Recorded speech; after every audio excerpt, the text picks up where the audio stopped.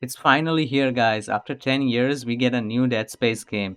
Not new though, but what they have done here, it really makes me want to call it a new game overall while keeping in touch with the original.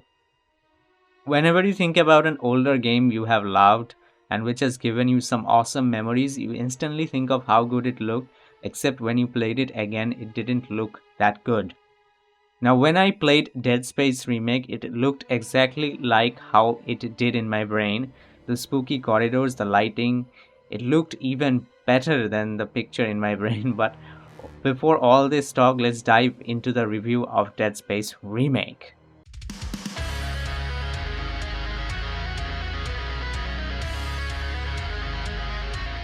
Dead Space set the benchmark for survival horror back in 2008. So when EA Motive decided to remake this title, I was somehow skeptical, but I'm glad they made this. This is one of the best remakes I have ever played. The entire economy, the progression is all reworked. Some parts of the level design are also reworked, plus the dismemberment improved. It made me feel like I was going into the USG Ishimura for the very first time, even though I have played the original Dead Space a lot of times. First up, we will start off with the performance part of this game.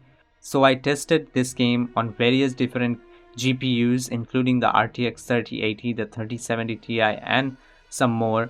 The benchmarks are all up on my channel. I'll put the links in the description. If you want to watch, you can go.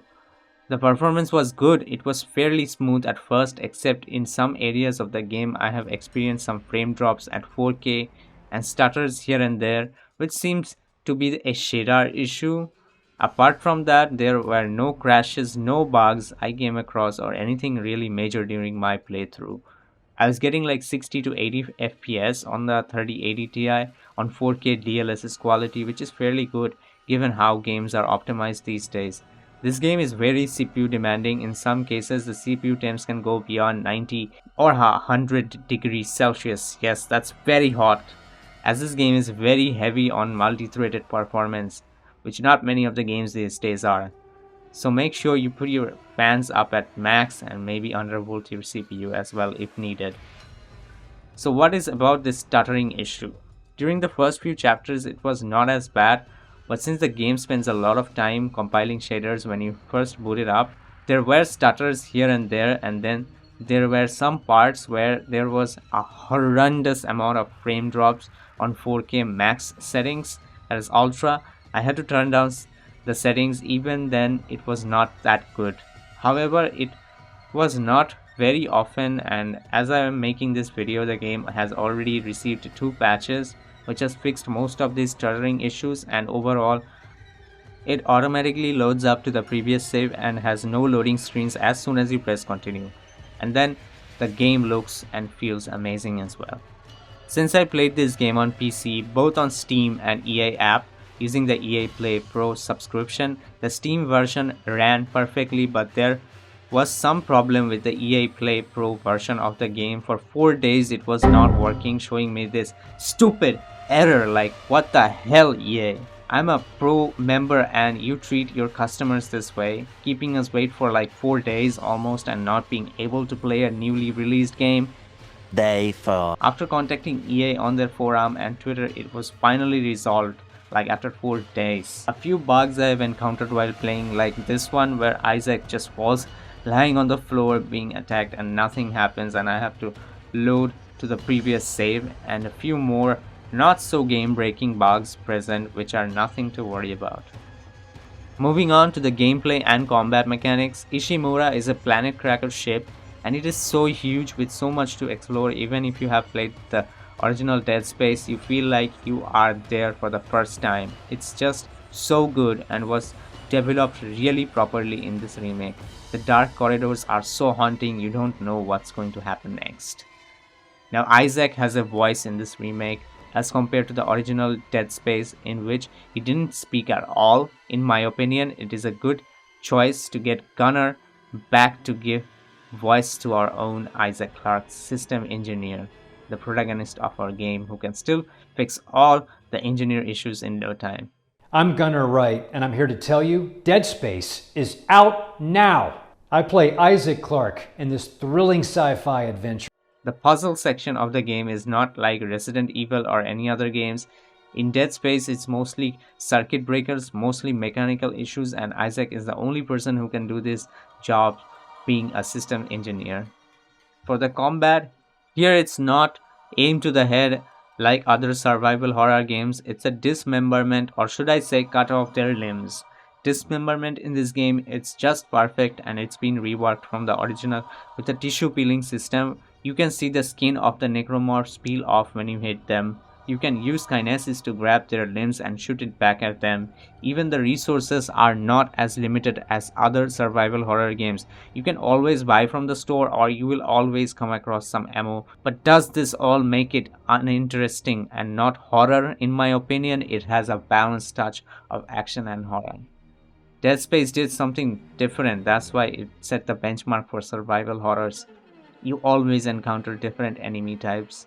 Now moving on to the weapon variety, the plasma cutter, the contact beam, the ripper and all the other weapons, they all are there in this game from the original, but some of their alternate fire of these weapons have been changed, like the force gun, the contact beam, the pulse rifle has been changed from the original.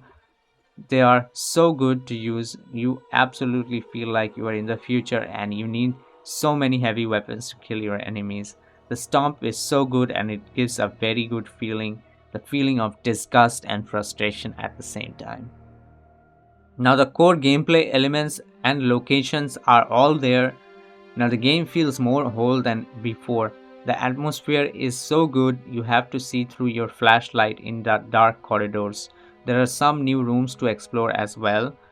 There is a new security clearance systems which you gain as you progress through the story, which allows you to explore the rooms you can't and gives the level some meanings.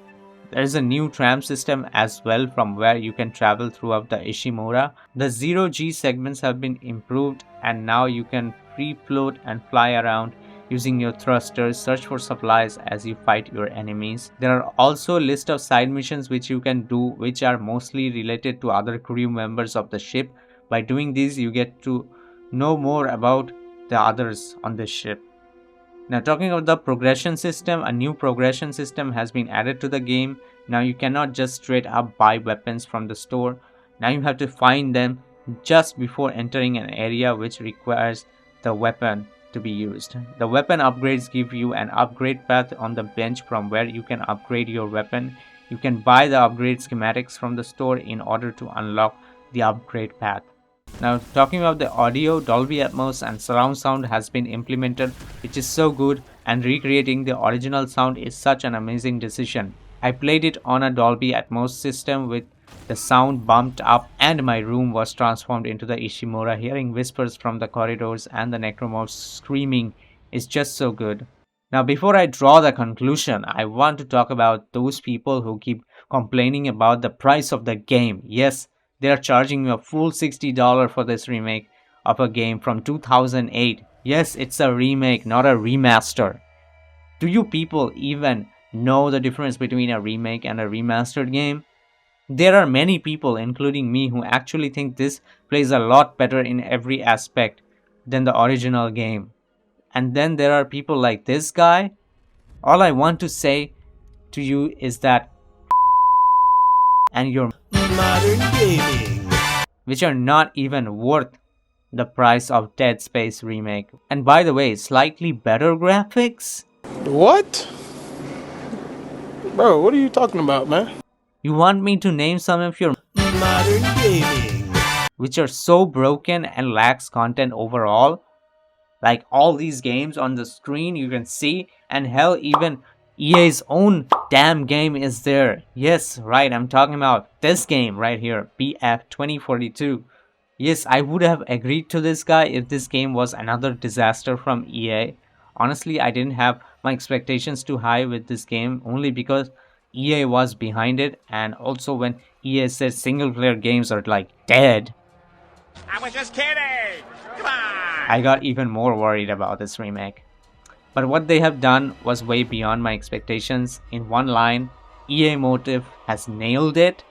The devs have put so much love into this game, no one asked them to make the USG Ishimura a single traversable map, and I am so glad they tuned up the combat, gave Isaac a voice, and gave other characters meaning as well.